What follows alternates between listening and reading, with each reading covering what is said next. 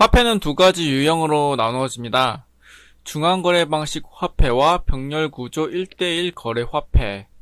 중앙거래 방식 화폐는 미국 달러로 생각하면 됩니다. 병렬구조 1대1 디지털 화폐는 미래에 나올 디지털 위안화로 생각하면 됩니다. 돈은 유동성에 의해서 가치가 유지됩니다. 달러는 그 유동성을 만들기 위해 외환거래 시장과 채권 시장을 이용합니다. 외환거래 시장에서 달러를 이용한 거래를 레버리지를 이용하여 거래대금을 뻥튀기를 합니다. 1억을 거래하려면 100배로 100만원만 있으면 거래가 되게끔 이런 방식으로 거래대금을 늘립니다. 사람들이 도박 같은 중독을 이용해서 그 거래소들은 유동성 공급자로 만들어 거래량과 거래대금을 인위적으로 늘립니다.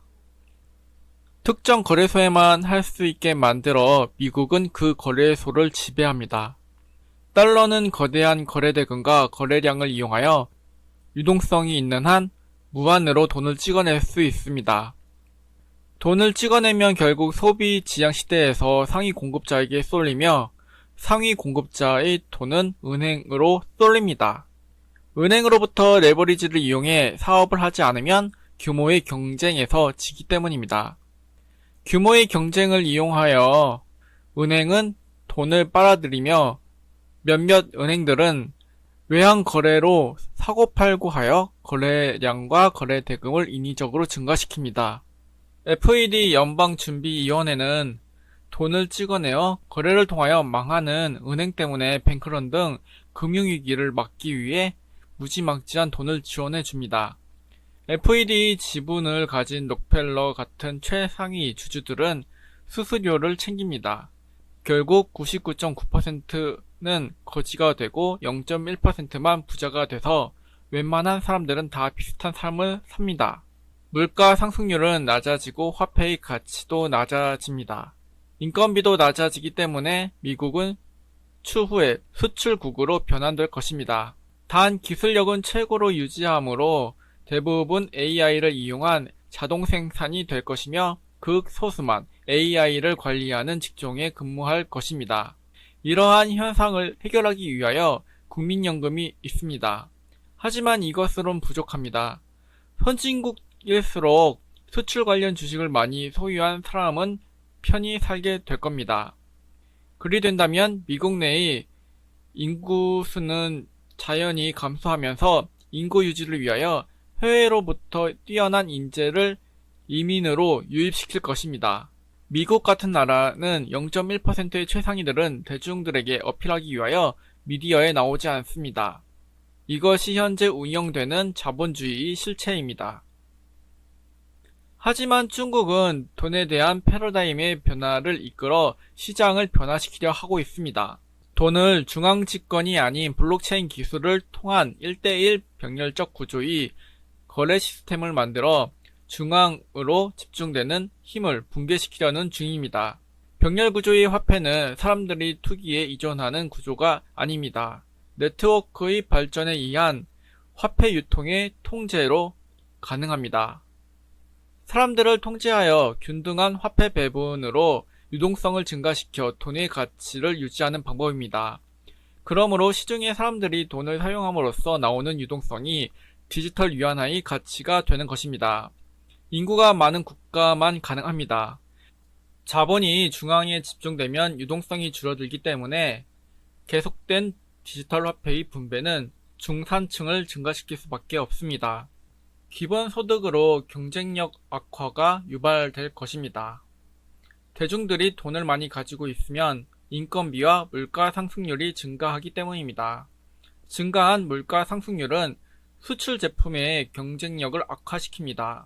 악화된 경쟁력은 무역 적자를 유발합니다. 하지만 돈의 유동성은 유지되기에 돈을 찍어내어 해외에 물건을 수입해 사용할 수 있습니다.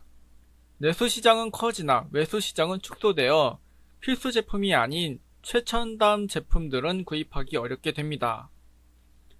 인구수 유지를 위하여 식료품 수입을 해외에 의존하게 될 것입니다.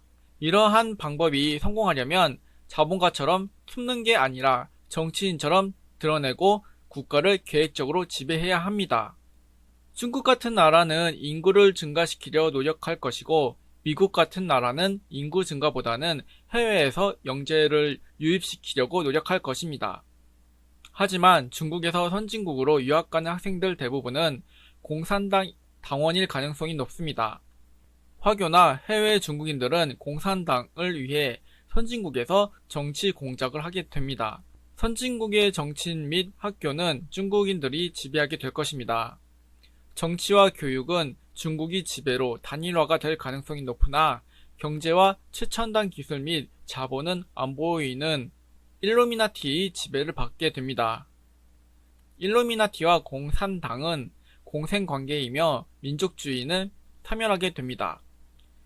일루미나티나 공산당이 원하는 것입니다.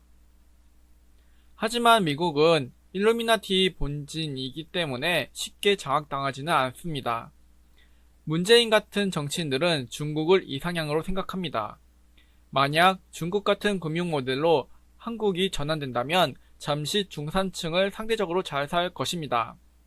나라 국민에게 기본 소득을 나누어 줌으로써 모든 사람이 재원을 분배받을 수 있으니 국가 내부의 경쟁력은 악화될 수밖에 없습니다. 경쟁력 악화는 수출 기업이 도산하던가 도태된다고 봐야 합니다. 한국 같은 소국에서는 불가능한 일입니다. 디지털 병렬 화폐는 중국 같은 거대 인구를 가진 나라에서만 가능합니다. 결국 한국이 복지국가로 향한다면 망하게 됩니다. 북한만 봐도 알 수 있습니다.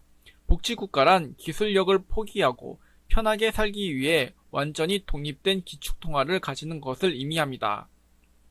한국은 인구수가 적어 자급자족이 불가능하기 때문에 실현할 수 없는 방법입니다.